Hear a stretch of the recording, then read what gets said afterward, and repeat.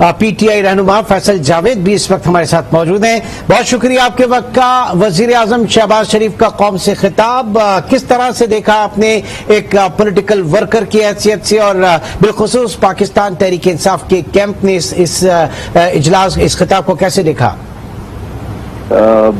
इन्होंने खिताब में जो माजी की अदवार की बात की है, उसमें ज्यादा बात तो उन्होंने अपने दौर की कर दी है, जब पाकिस्तान ने रिकॉर्ड कर्जे लिए थे और सारा रिकॉर्ड तोड़ा था, जब बदहाली अरूज पर थी और जब मैशियत को डुबो दिया था और जब पाकिस्तान आइसोलेशन का शिकार हो चुका था हर लिहाज से।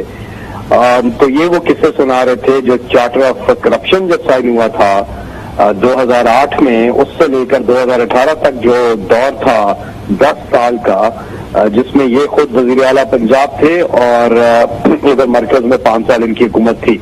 तो वो जो 10 साल थे चार्टर ऑफ करप्शन के, जैकेट ऑफ डार्कनेस के, उसका जिक्र किया और फिर आज के ऊपर आए। बीच के दौर का जिक्र नहीं किया जो इमरान खान का दौर था।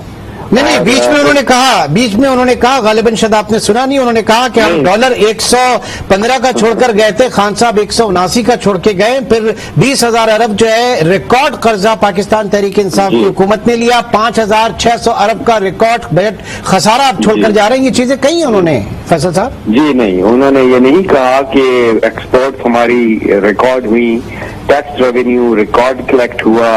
उन्होंने रेमिटेंसेस पे बात नहीं की जो अरूज पर गई। उन्होंने दुनिया के जो दूसरे नंबर पर प्रोग्राम है इफास सोशल वेलफेयर प्रोग्राम जो इमरान खान ने लॉन्च किया, 10 डैम जो इमरान खान ने बना रहे थे उनका जिक्र नहीं किया, हेल्थ कार्ड जो सबको दिया उनका जिक्र नहीं किया, इमरान खान की जो खारजा पॉलिसी में जो पाकिस्तान को अचीवमेंट्स मिली उनका जिक्र नहीं किया, पाकिस्तान में किस तरह से इमरान खान ने अक़वाम आलम में रसालत माब हज़रत मोहम्मद मुस्तफ़ा सल्लल्लाहु अलैहि वसल्लम की नामूस के हवाले से जो मुकदमा लड़ा उसका बात नहीं की इन्होंने, इस्लामोफोबिया के अगेंस्ट जो पाकिस्तान ने काम किया उसकी बात नहीं की इन्होंने।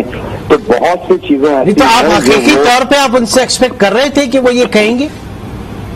मैं यही तो कह रहा हूँ, जो उन्होंने खिताब किया है वो अपनी ही जो पिछली हुकूमत थी उसके कारनामे लिखा दिए कि जी मुल्क को किसने दलदल में गिराया, आपने गिराया, मुल्क का सत्यानाश किसने किया, आपने किया, बाहर करप्शन के पैसे, मनी लॉन्ड्रिंग, मकसूद चपरासी, वो सारी चीजें जिस कौम के सामने आई हैं वो किसने की, वो आपने की। फील्ड अपार्टमेंट अच्छा, एक बात उन्होंने की फैसल साहब, उन्होंने कहा कि अगर कोई ये समझता है कि कानून से बालातर है तो वो उसकी बेवकूफी है, पाकिस्तान को आइन के मुताबिक चलाया जाएगा, किसी एक की जिद पर नहीं।